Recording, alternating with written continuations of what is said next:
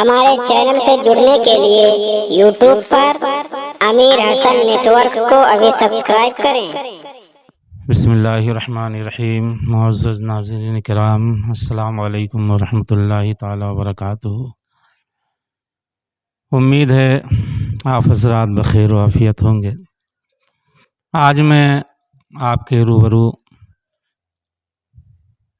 کچھ مسائل کے تحت حاضر ہوا ہوں۔ ایک صاحب نے سوال کیا تھا زکوٰۃ کے تعلق سے۔ تو یہ رمضان شریف کا مہینہ ہے، ویسے تو آپ سال کے کسی بھی مہینے میں کبھی بھی زکوٰۃ ادا کر سکتے ہیں، لیکن رمضان شریف میں زکوٰۃ دینا نیکیوں میں اضافہ کرنا ہے۔ میں بتاؤں زکوٰۃ دینے کا فائدہ کیا ہے۔ اللہ تعالیٰ فرماتا ہے فلاح پاتے ہیں وہ جو زکوٰۃ ادا کرتے ہیں، اور فرماتا ہے جو کچھ تم خرچ کرو گے اللہ تعالیٰ اس کی جگہ اور دے گا، اور اللہ بہتر روزی دینے والا ہے۔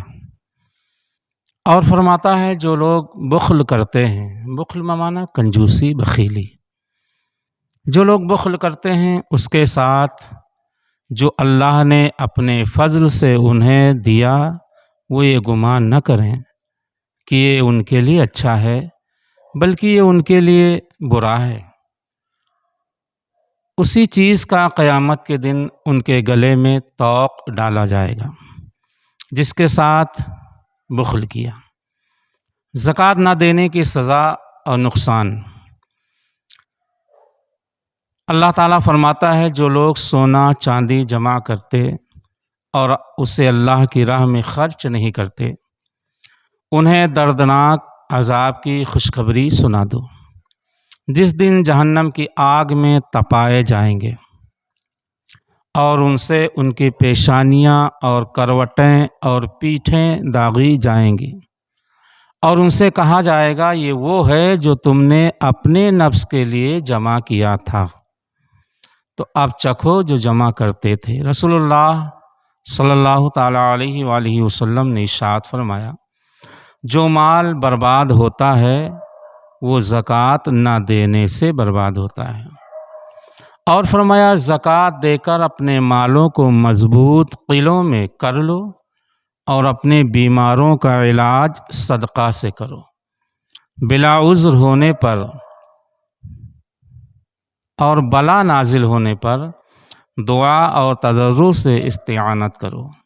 اور فرمایا اللہ تعالیٰ نے 4 چیزیں فرض ہیں جو ان میں سے 3 ادا کرے وہ اسے کچھ کام نہ دیں گی جب تک پوری 4 کو نہ بجا لائے۔ وہ 4 یہ ہیں زکوٰۃ، نماز، روزہ، حج۔ اور فرمایا جو زکوٰۃ نہ دے اس کی نماز قبول نہیں۔ یہ طبرانی اوسط، ابو داؤد، امام احمد طبرانی کبیر میں بڑی بڑی معتبر کتابوں میں ہے۔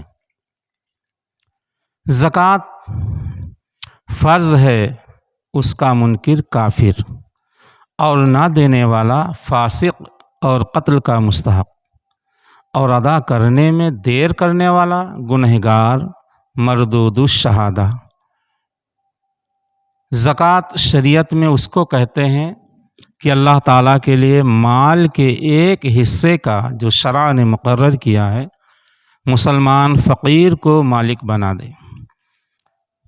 مباح کر دینے سے زکوٰۃ ادا نہ ہوگی۔ مثلا فقیر کو زکوٰۃ کی نیت سے کھانا کھلا دیا تو زکوٰۃ نہ ہوگی، اس لیے کہ یہ مالک کر دینا نہ ہوا۔ ہاں اگر کھانا دے دے کہ چاہے کھائے یا لے جائے تو ادا ہو گئی۔ یوں ہی زکوٰۃ کی نیت سے کپڑا دے دیا تو ادا ہو گئی۔ مالک کرنے میں یہ بھی ضروری ہے کہ ایسے کو زکوٰۃ دے جو قبضہ کرنا جانتا ہو، یعنی ایسا نہ ہو جو پھینک دے یا دھوکہ کھائے نہیں اور ادا نہ ہوگی۔ جیسے چھوٹے بچے یا پاگل کو زکوٰۃ دینے سے ادا نہ ہوگی۔ جس بچے کو اتنی عقل نہ ہو تو اس کی طرف سے اس کا باپ جو فقیر ہو وہ قبضہ کرے، یا اس بچے کا وصی یا وہ کہ یہ بچہ جس کی نگرانی میں ہے وہ قبضہ کرے۔ زکوٰۃ واجب ہونے کی شرطیں ہیں۔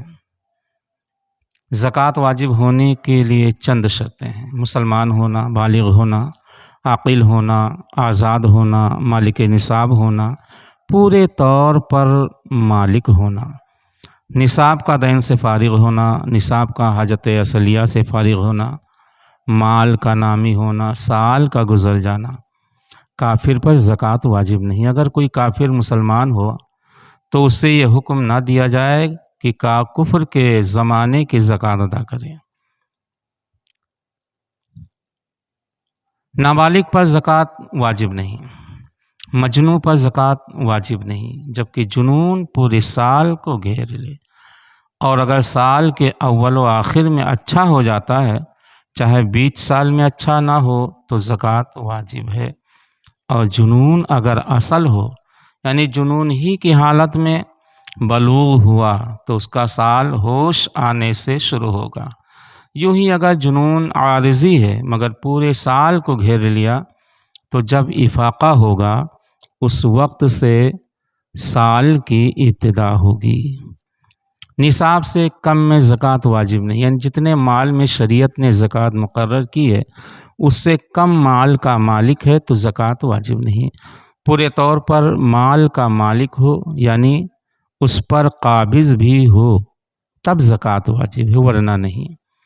جو مال گم ہو گیا یا دریا میں گر گیا یا کسی نے غصب کر لیا اور اس کے پاس غصب کے گواہ نہیں، یا جنگل میں دفن کر دیا تھا اور یہ یاد نہ رہا کہ کہاں دفن کیا تھا، یا انجان کے پاس امانت رکھی تھی اور یہ یاد نہ رہا کہ وہ کون ہے، یا مدعیوں نے دینے سے انکار کر دیا اور اس کے پاس گواہ نہیں، پھر یہ مال مل گیا، تو جب تک نہ ملا تھا اس زمانے کی زکوٰۃ واجب نہیں۔ لہٰذا مسلمانوں، زکوٰۃ فرض ہے، اس کا ادا کرنا بہت ضروری ہے۔ اللہ تعالیٰ کی بارگاہ میں دعا ہے مالک و مولا، ہم مسلمانوں کو جو مالک نصاب ہیں ان کو زکوٰۃ دینے کی اللہ پاک توفیق عطا فرمائے۔ استغفر اللہ ربی من کل ذنب واتوب الیہ۔ السلام علیکم۔